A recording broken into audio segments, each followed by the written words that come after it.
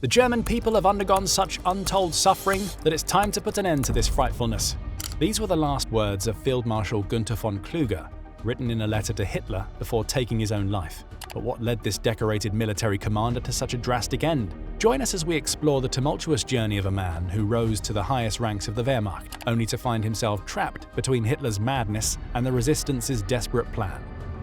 Günther von Kluge's rise to become one of Hitler's most trusted field marshals began long before the Nazi regime came to power. Born into a Prussian military family in 1882, von Kluge followed in his father's footsteps, joining the German army as an artillery officer in 1901. His early career was marked by dedication to military service and a keen intellect that would later earn him the nickname Der Kluge Hans, or Clever Hans, among his troops. During World War I, von Kluge served on the Western Front. In one notable instance during the Battle of Verdun in 1916, von Kluge's quick thinking and strategic deployment of artillery saved his unit from a potentially devastating French assault. After the war, he continued his service in the Reichswehr, gradually climbing the ranks and gaining a reputation as a competent officer. When Hitler came to power in 1933, von Kluge initially viewed the new regime with skepticism, expressing concerns about Hitler's aggressive foreign policy and the Nazi Party's radical ideology. Von Kluge believed Hitler's crude militarism would lead Germany into disaster. During the Sudetenland crisis, von Kluge was part of a secret anti-war group led by General Ludwig Beck and politician Ernst von Weizsäcker,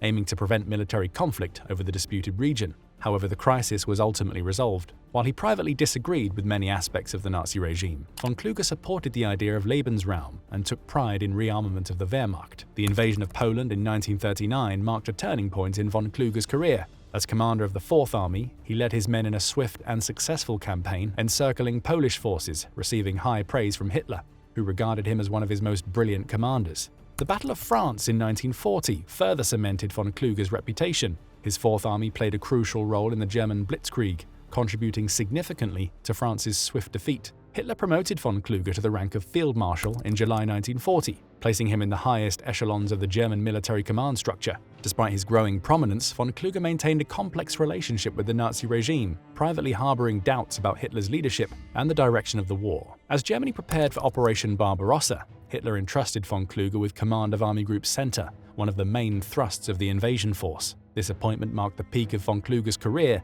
and placed him at the forefront of Germany's most ambitious military operation. On June 22, 1941, the skies over the Soviet Union darkened as Operation Barbarossa began. The roar of German planes and the rumble of tanks signaled the start of Nazi Germany's invasion. Von Kluge, at the helm of the Fourth Army, led his forces into the vast expanse of Russia. The initial stages of the campaign saw significant German successes, with von Kluge's troops encircling and capturing large numbers of Soviet soldiers. On June 29, 1941, von Kluge issued a controversial order reflecting the gruesome Nazi ideology. Women found in uniform were to be shot. This directive demonstrated the extent to which German military leadership had embraced the Nazi worldview. However, in a surprising turn, von Kluge later rescinded this order, instead commanding that women in uniform be captured. This reversal hinted at a possible shift in von Kluge's approach to military conduct, setting him apart from some of his more hardline peers. As the campaign progressed, von Kluge's leadership was marked by a combination of tactical decisions and increasingly harsh measures. As a component of the Hunger Plan,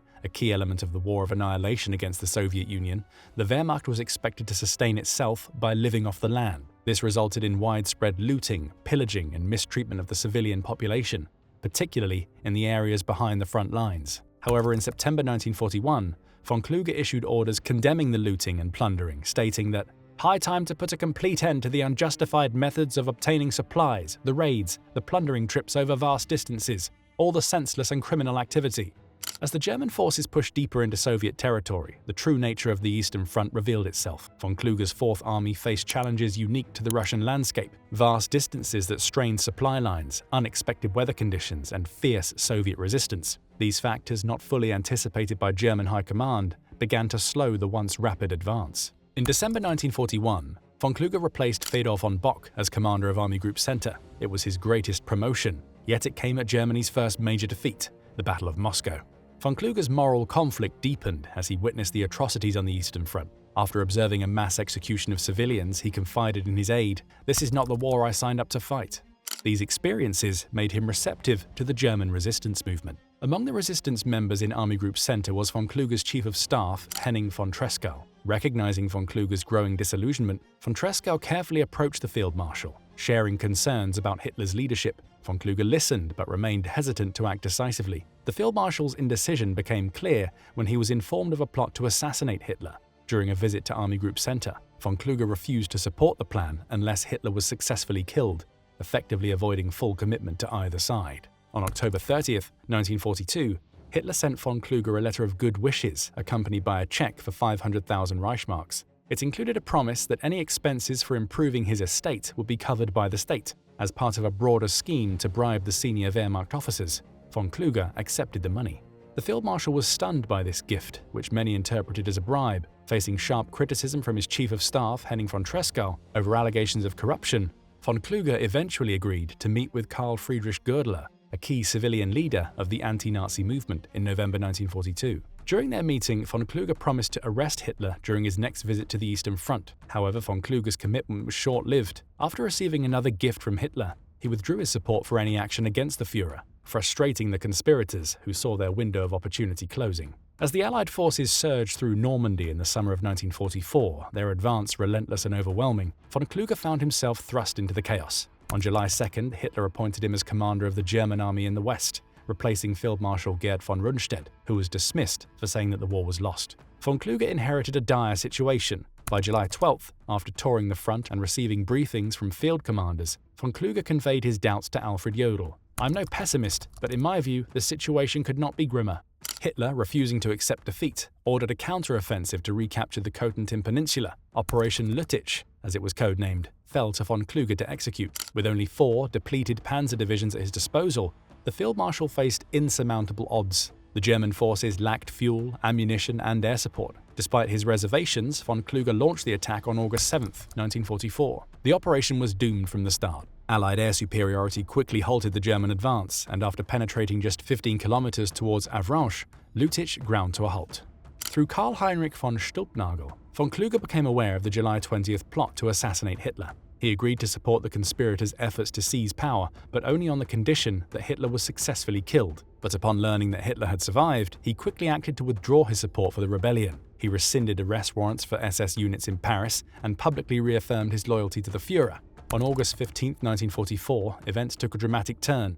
During an Allied bombing raid, von Kluge's car was damaged, leaving him isolated from his forces for several hours. His sudden disappearance fueled Hitler's growing paranoia. Where was the Field Marshal? Had he defected?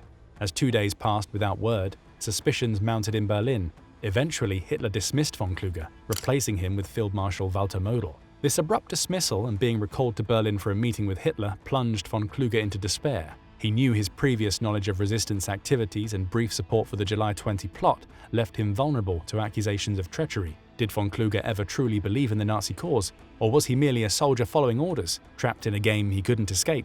In the end, his final act was one not of defiance, but of acceptance. On August 19, 1944, near the city of Metz, von Kluge made a fateful decision. Convinced he had been implicated in the July 20 plot, he took potassium cyanide. In his last moments, von Kluge wrote a letter to Hitler, pleading for an end to the war. His words, both a final act of defiance and a recognition of Germany's impending defeat, echoed with resignation.